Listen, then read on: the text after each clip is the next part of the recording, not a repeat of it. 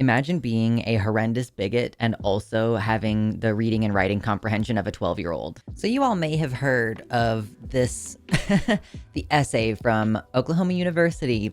I am here to talk about it. The kind of TLDR of this situation is that a student was supposed to write an essay about gender norms and stereotypes, and she went completely off the rails of the assignment, spewed a bunch of bigotry, got a 0 on the assignment, and filed a complaint, got the teacher put on administrative leave, or the teacher's assistant, I think, put on administrative leave.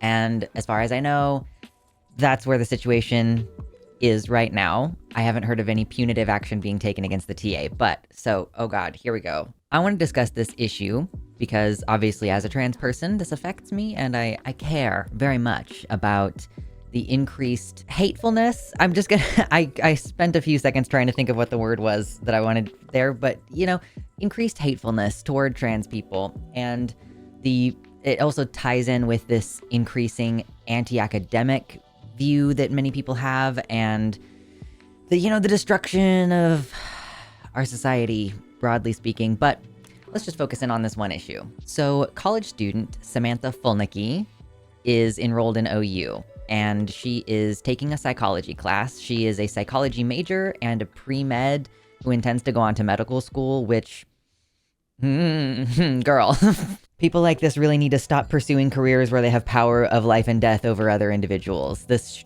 so scary to me. Anyway, so she enrolls in this class and is given this assignment, and I want to kind of get into some of the details of this. My goal here is to be relatively thorough. I'm not going to sit here and read her entire essay. I want to read parts of it and acknowledge, some of the highlights of what's relevant for me here. Oh my God, did the lighting on me change that much yeah, wow, oh my God, my screen is so bright. So I think it's important to first look at what the actual assignment was, right? If this girl got a 0, she got a 0 out of 25 points. Let's talk about what the assignment actually was, okay? She's supposed to react to an article about gender typicality, peer relations, and mental health. So this is a 650-word essay, double-spaced, blah, blah, blah, discussing this article specifically, like responding specifically to this article. So the goal of this assignment was to not summarize, but have a thoughtful discussion about some aspect of the article, like discussing why you feel the topic is important, how this study applies to your own experiences, how the study relates to observations about other behaviors, linking the objectives or findings from the article to other types of development, suggesting further studies or experiments that might help researchers understand the topic being studied, alternate interpretations of the researcher's findings, a discussion of how development in this domain might proceed differently at other developmental stages, and your own thoughts about how development proceeds in the domain being researched in the article. So this is a science class where they are discussing the developmental process of like bullying and stereotypes and these kind of things. Let me find the actual article that she was supposed to respond to. Okay, so the study is relations among gender typicality, peer relations, and mental health during early adolescence. So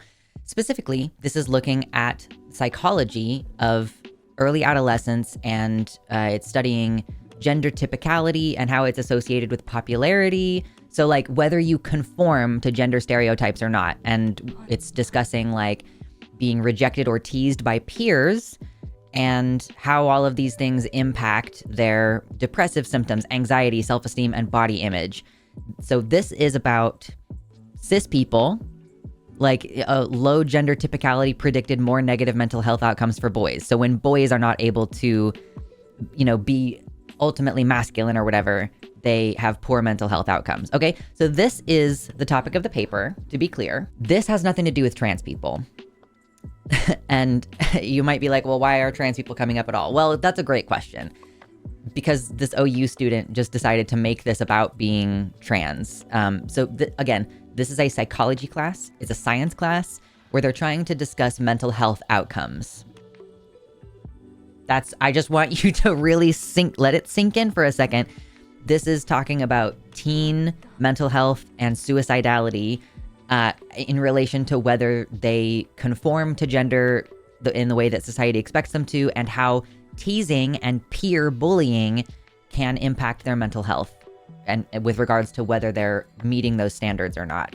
So, and obviously that's a very valuable conversation to have, right? Like, how does bullying impact the health of young people? And how does the reinforcement of gender stereotypes harm people in general, right? Like, these are conversations that gender studies people and feminists have been having for decades, since well before this recent kind of popularity of transgender people in the zeitgeist.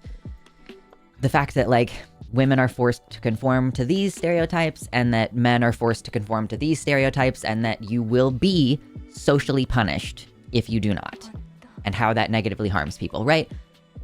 Basic stuff. I feel like that's pretty basic, basic philosophy of gender and interactions. So Samantha, whose name I would rather not ever say, but anyway, she wrote an essay that was, first of all, well beyond 650 words.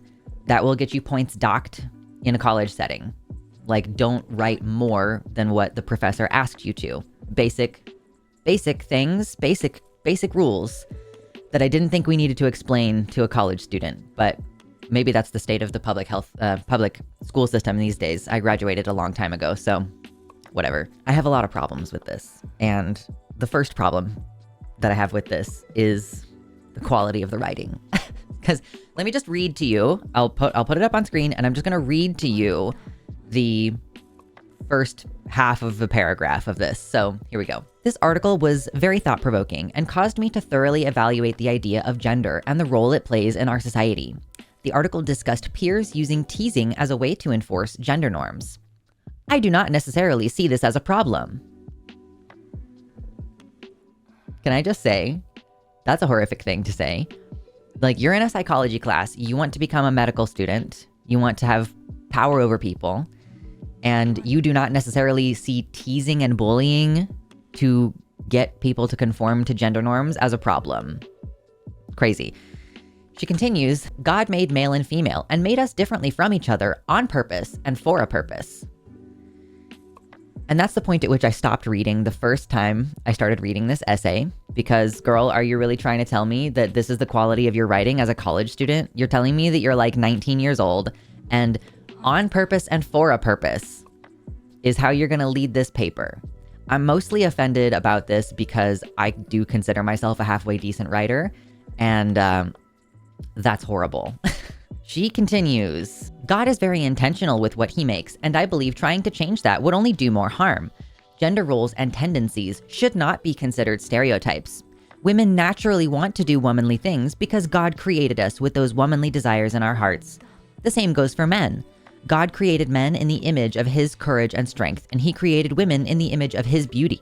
He intentionally created women differently than men, and we should live our lives with that in mind. So I don't know if you can tell, but this is completely unfucking related to the paper.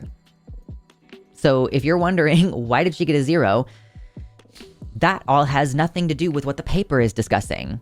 She's just saying, I have an ideological belief that men and women are different and that they should be different. And so basically when she says, I don't see it as a problem for peers to use teasing to enforce gender norms, that's because that fits in perfectly with these people's ideology, where they think that society should be structured in a way that punishes people for going outside of those norms. Like, it's just pretty abhorrent to have those kind of beliefs.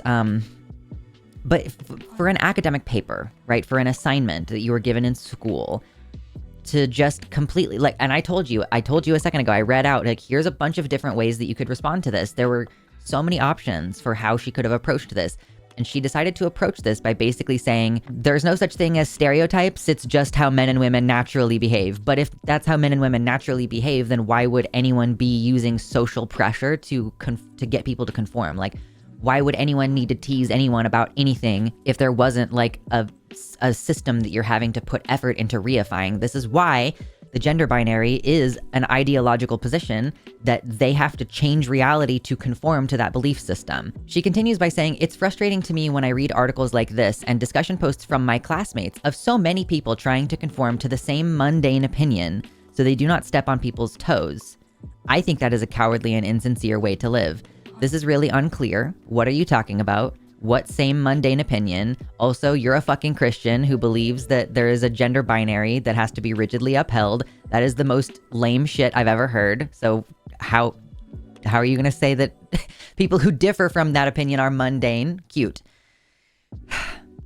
It's important to use the freedom of speech we've been given in this country. I personally believe that eliminating gender in our society would be detrimental as it pulls us further from God's plan for humans. Again, this is unrelated. Like, this has nothing to do with the article that she was given. And I didn't read the entire article. Like, I'm not sitting here trying to look through an entire thing. Oh, yeah, how many pages is this? I'm not sitting here trying to go through an entire study with you guys when that's not really the point. You know, we can skip down to the results part and be like, yeah, like, boys had higher self-esteem than girls, like boys had more positive body image than girls, boys were rated by their peers as significantly more typical than girls. Like, yeah, okay, there's a lot of really interesting stuff, even if you just skip to the results part of the analysis. Boys reported being teased by girls, blah, blah, blah. Like, okay, that's what this, like, again, nothing to do with trans people, nothing to do with eliminating gender roles, just ideological nonsense from her. It's perfectly normal for kids to follow gender, quote, stereotypes, because that is how God made us. The reason so many girls want to feel womanly and care for others in a motherly way is not because they feel pressured to fit into social norms. Okay, did you even read the article? I'm gonna skip down a little bit because I'm just gonna continue harping on the same annoying bullshit. So let me just skip down a little bit here. I guess it is worth noting, I talked to my friend Dizzy about this a little bit, and Dizzy was saying that, like, even among scholars, like biblical scholars, this idea that God made women in the image of his beauty and he created men in the image of his courage and strength. First of all, that is a very gender fluid God you're presenting there, but also there is a lot of Christian scholarly discussion about what does the Bible say about gender. And if she were interested in doing like what the assignment says later here, like, okay, look, if she were to come back down to here and be like, how does this relate to other scholarly fields? She could hypothetically have been like, okay, so scholars of the Bible think this. Or even if she cited the Bible, like, this is another frustration that I have, is that she claims like, oh, I'm being discriminated against. I got failed on this paper because I cited the Bible. Girl, you didn't cite the Bible.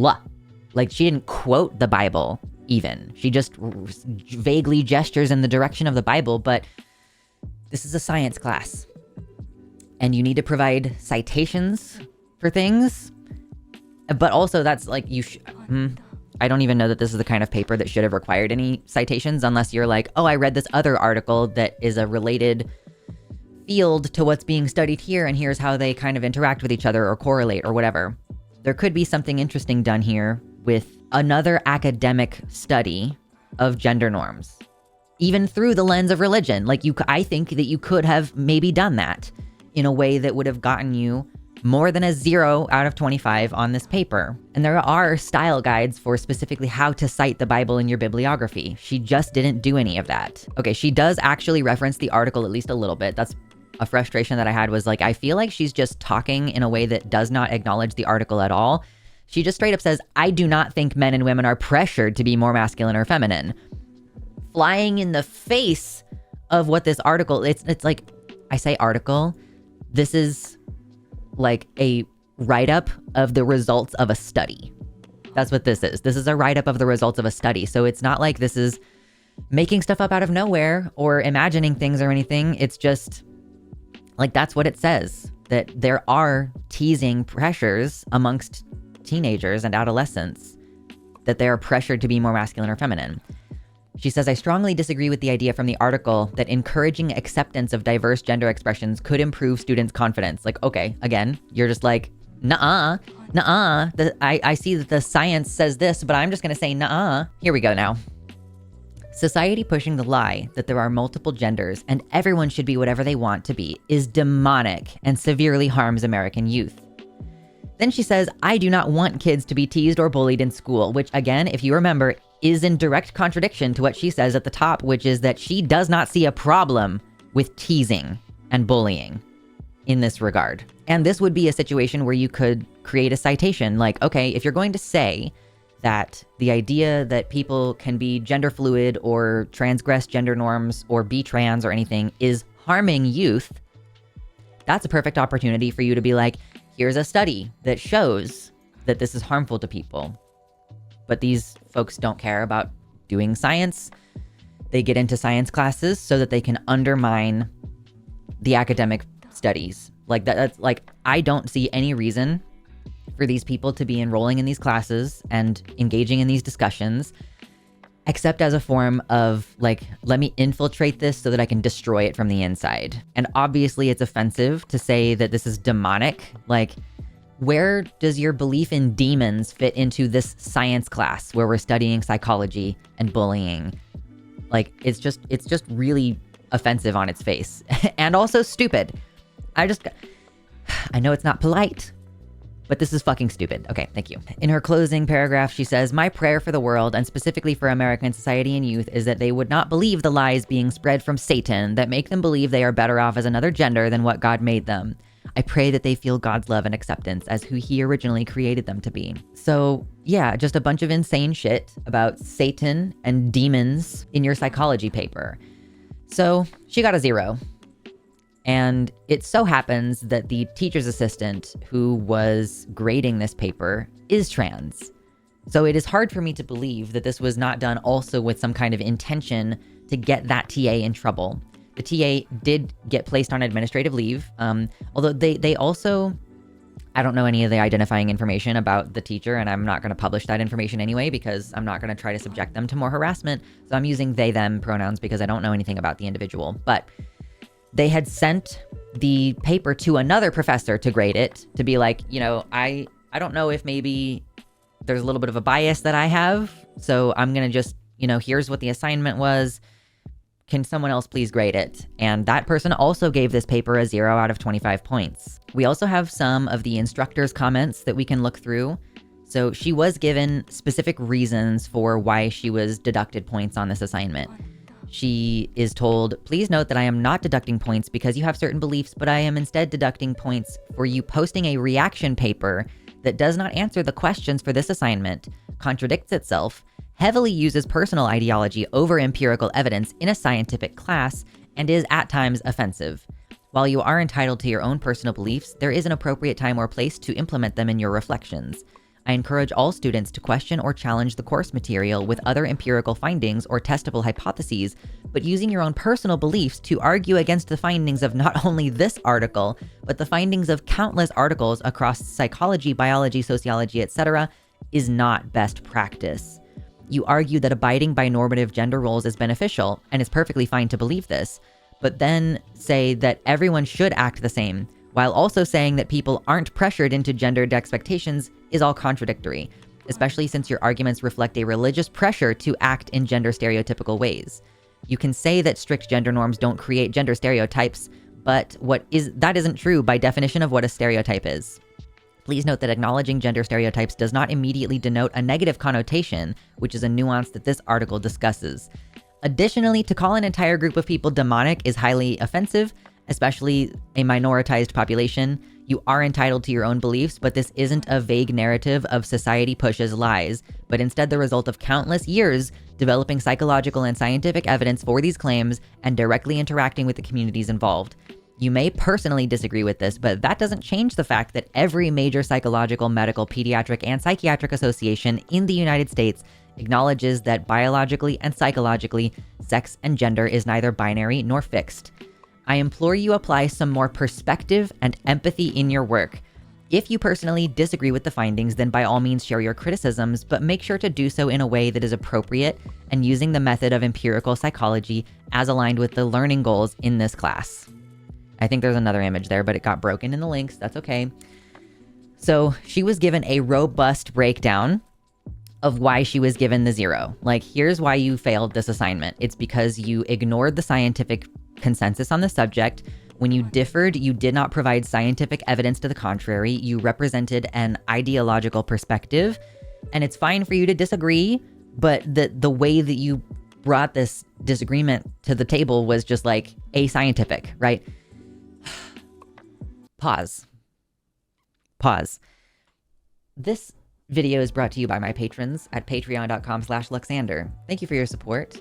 Also, it's Christmas soon, and I just added some stuff to my store, or I move stuff around in my merch store. So you can also check out the link in the description if you want a mug that's the size of your head to drink tea and hot chocolate and soup out of this winter. Thanks. Also hit like and subscribe. Thank you. So I'm kind of talking about this because obviously it pisses me off. I feel like that's pretty straightforward, that the job of a trans person is being threatened because this teenager decided that she was going to fail on purpose. Okay, because here's the thing. Samantha Fulnecky's mother, Christy Fulnecky is her name. Apparently, originally she was on the Springfield City Council, where she had been embroiled in a number of controversies, but also, interestingly enough, she's a lawyer who represented, drumroll, are you ready for it? She also defended 2 people involved in the January 6th insurrection. Christy Fulnecky is an attorney and former politician who defended people involved in January 6th. So here's my thing about this. I believe with my whole chest that this girl wrote this article on purpose, or wrote this essay on purpose to fail so that she could drum up this controversy, so that she could try to get this teacher fired, so that she could become the next fucking Riley Gaines. I know that we say things like, wow, to have the confidence of a mediocre white man, but frankly, all these white girls right now, it's pretty crazy how much they are just like failing upwards. Like, the quality of the writing of that essay is something that I take issue with. Again, as a writer, I find it really irritating how badly written it was. I would have been embarrassed to turn in that paper as a high schooler, much less a college student. And the fact that this has almost immediately launched to a larger platform, like Samantha, according to this Advocate article, she's now making the rounds through the conservative talk shows. The article writer here says that this is a grift, taking advantage of the easiest way to become famous today. And I do think that that is the case, that these conservatives are failing on purpose to get money and notoriety and fame, that they may or may not even believe the things that they believe. I remember I was just reading recently, and I'm not going to bother to try to find the article, but Riley Gaines, apparently, like the girl, okay, remember, Riley Gaines is the 5th place swimmer who now has a career bashing on Leah Thomas, basically. Apparently, according to her teammates on the swim team, Riley used to be pro-LGBT, and like she would be supportive specifically toward trans girls. But yeah, so my friend Dizzy also pointed out that even according to like the traditional ideas of what a Christian woman is supposed to be, women like Riley Gaines and Samantha Fulnecky and all of these other conservative women are not fitting into that ideal. They are wearing an enormous amount of makeup, like they are, dressing in ways that are not totally modest. And of course, there are different representations of what a woman is in the Bible. Like there are times where women are described as being, in a subservient position, but there are also times where women are described as like fully capable of doing all the work that a farmhand must do, and describes their bodies in a way that is, much more what we would associate with like a powerful woman now. So again, even among biblical scholarship, there are differing opinions, and the aesthetic of a Christian Republican woman nowadays doesn't really match what the Bible's idea is in any context. What the Bible's idea is of what women should be like. And I do also think that this is part of a larger attempt to destroy public education, like to destroy education in general, that the anti-intellectualism, where like the idea that your biblical interpretation holds as much water as a scientific paper that you're meant to read. Like the absolute arrogance of that, and the fact that there are people who are backing her, that she's entitled to her beliefs. Like, it's like, yeah, you're entitled to your beliefs, but your beliefs are not equivalent to the scientific empirical body of evidence on this case. And I have conversations like these all the time on the line where I've talked about this before. Like, it feels as though the types of conversations that I get to have on the Transatlantic Call-In Show on Thursdays, 2 p.m. Central Time, they're quite different to the kinds of conversations that we have if I'm on a show like Skep Talk or something, which is Mondays at 6 p.m. Central Time. Like, the people who call into Takis at least pretend like they have a scientific reason for what they believe. They'll say like, oh, well, you know, men have an advantage over women in sports, or, you know, it can cause medical harm to children if we start them on hormones, blah, blah, blah, you know? And I can argue those points from a scientific perspective.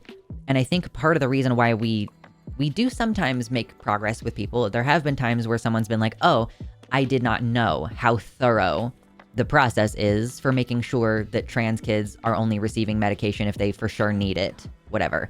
And we have changed people's minds, and they've gone, oh, you know what?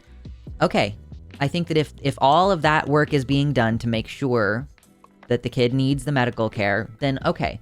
And if both of the parents are on board, then okay, cool, whatever. I don't have a problem. But more often, we have conversations where people are just constantly shifting the goalposts and are just like, oh, well, if it wasn't good enough for me to argue this one point, then maybe I'll just jump to the next talking point. I can't reasonably argue against this point, so I'm just going to jump to the next one. And it does reveal, on some level, a lack of willingness to acknowledge that you're wrong, first of all, but it also reveals that your opinion isn't based on science in the first place. These people use the veneer of science because they know that it has, like, basically what they do is a type of appeal to authority. I think that sometimes when people see me saying, hey, the scientific bodies, every major medical organization, blah, blah, blah, they can view that as a type of appeal to authority. But what I'm doing is appealing to the scientific process and the many, many, many years of rigor that goes into that. And so I'm not appealing to the aesthetic of an authority. I'm appealing to the process and saying, look, we try really hard. We care about being rigorous. We care about getting to the actual answer at the end. We don't write the solution at the bottom of the page and then fill in the top of the page with everything that we would need to support that conclusion. We do the research and experimentation at the top of the page, and then we explore the potential reasons for that. And we try to think like, okay, is there any factors we're not considering? And then at the bottom of the page, we can say, generally speaking, we think this is a better outcome than this outcome. Whatever. When Christians do it, they're just basically, Christians, anti-science people, whatever. These people are just using the aesthetic of science. When RFK Jr. says declaratively, Tylenol causes autism, and we're going to find the proof that's going to support that, that's not a scientific process.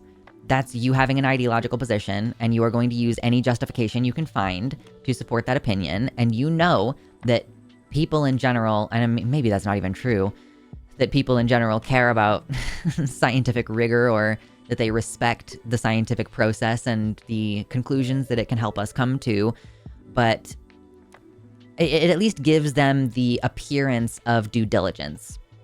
It gives the appearance that, like, look, we checked and we found out that it's harmful to give trans kids this medication. Like, they didn't. They didn't check, because if they had, they would see that the regret rate for these procedures is like lower than almost any other form of medicine. I would almost say that the regret rate for trans people is like lower than any other form of medicine. It's like, it's so close to being like 1% regret rate. Are you kidding? 1% regret rate? Like knee surgery, nose jobs, boob jobs, antidepressants, having children, all of these, getting a tattoo, all of these things have a higher regret rate than trans people. So yeah, I truly do think that this is a grift. These people are trying to make money, and these people want to eliminate trans people from public life, right? Because if this teacher's assistant loses their job, then they are going to not be able to be present in academia. They'll have to get a different job, be temporarily destitute, lose their fucking health insurance. I don't know that all those things are going to happen. Right now, there's an investigation going on, and they're just being placed on administrative leave for the time being. But that does seem to be the goal. The goal does seem to be, hey, let's get trans people and their ideology out of schools. We've already seen attacks in Florida, the ongoing Don't Say Gay bill stuff, where teachers are, like, I think that there was actually a recent court case that came down and it's like a transgender teacher is now required to actively misgender herself in class, or be, subject to penalties and fired and all this kind of stuff. So I saw someone describe this as a pogrom, like an attempt to systematically eradicate trans people. And they've said this for years. This is not new. If you've been watching my channel for any amount of time, you will know that they've been saying out loud, we want to eradicate trans people from public life. They might shroud it in niceties like we want to eliminate transgenderism from public life, but transgenderism is just a word for trans people. They just want to eliminate trans people from public life. They just don't care about institutes of higher education or institutions of education whatsoever. And I think that it would be perfectly fine for them if school was just a pipeline to get you into a career. Like it's a daycare, it's a glorified daycare where you learn how to be a good worker. And they don't want you to think, and they don't want you to have any individuality, and they don't want anyone present who's going to challenge the system or challenge their hegemony and the powers that be. So, Samantha Fulnecky is a pathetic, stupid bigot. And I look forward to forgetting her name. Anyway, thank you all so much for watching. As always, appreciate your comments down below. Let me know if I missed anything, especially, or if you have anything you'd like to expand on. Don't forget that I do my streams on Sundays and Wednesdays, and I am also often on The Line at Thursdays. Thursday is my usual day if I'm hosting, but yeah, oh God. I hate living on this planet. Like and subscribe. Join my Patreon. Do all the things. Click all the links. The more times you click stuff on the page, the better for me. So just do as many of those as you can, and I'll see you later. Merry Christmas and Happy New Year to everyone, especially my patrons, including Diago Nascimento, Mersh Rolvog, Untitled One, Pinky Bimbo, In a Box, Sarah A., Amanda B., Michelle Winter, Athiette, Nova, Danielle McDonald, Kevin Young, Suzanne Maynard, Liam Hodgson, Jamie Jam, Michelle Frateroli, Logan, Celeste, Mr. Atheist, Wellington Marcus, Dizzy Quiche, Nadia Yvette Chambers, Ing Marie, Ali T, Kawaii Esquire, Bo E, Art, Neurospiky, JT, and Solomon Kane.